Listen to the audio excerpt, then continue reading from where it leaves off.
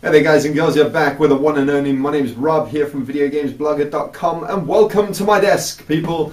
Welcome to the new look videogamesblogger.com as well. And of course welcome to my review of Harry Potter and the Deathly Hallows Part 2. What a mouthful that one is. Anyway, let's kick off with a little bit of an overview. I'm going to then throw in some gameplay, and during the gameplay we'll discuss some of the finer points of the game, and of course we'll give it a lovely score at the end. So well, basically, without trying to spoil the movie too much, Harry Potter has set off on another mission with his friends to go and kick wizard butt, really. To be fair, that was more or less the impression I was left with after I finished playing the game. Now, I haven't, yes, curse me with some strange sounding spell, haven't seen the second movie yet.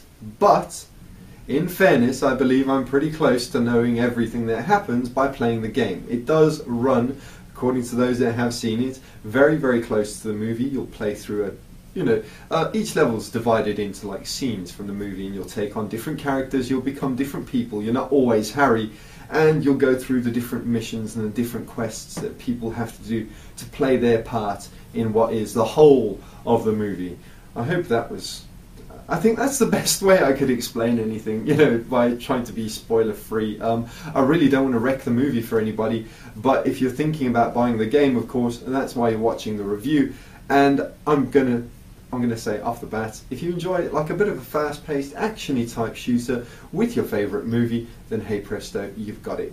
We don't shoot bullets, we shoot spells. It's fantastic fun, and more or less like having your own fireworks show at home. Pretty cool stuff. But that's enough. Let's just jump into the game. I can give you guys the scores, and we'll give you a bit of a rundown on how it went. So let's look at that now, shall we?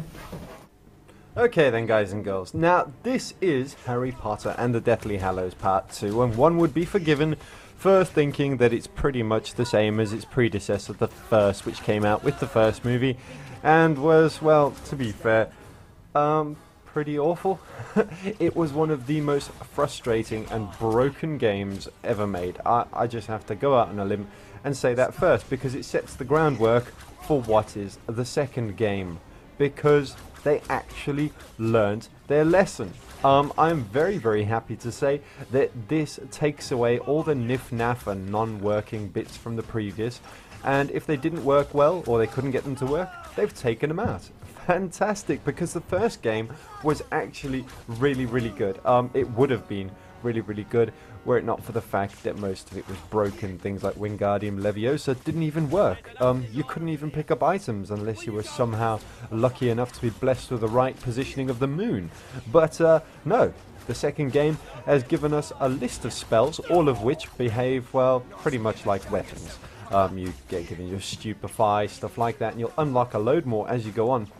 But these behave like different weapons. Confringo, for example, seems to go off a bit like a rocket launcher shotgun affair and gets very brutal. You have your Stupefy, which tends to fire off nice and rapidly and gets the job done. You've also got Protego, which you can use to protect yourself, and the cover system actually works. Yes, you're not going to spend like half an hour trying to actually get through the fence, because you'll go and you'll actually walk up, press the button, and it'll work. It's fantastic.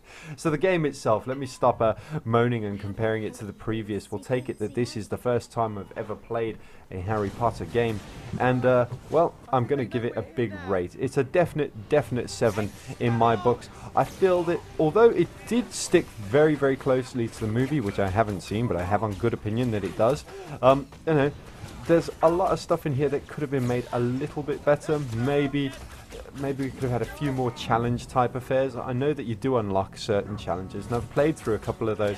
I just don't feel that they did a very good job of using the whole game to its maximum ability.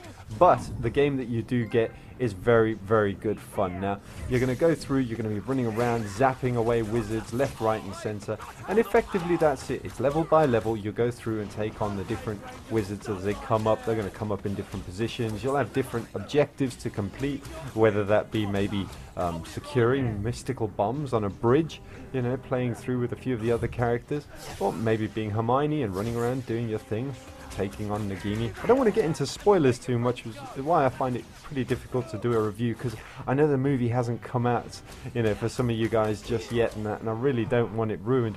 But let's just say that this is a fantastic game. There's a definite improvement on the graphics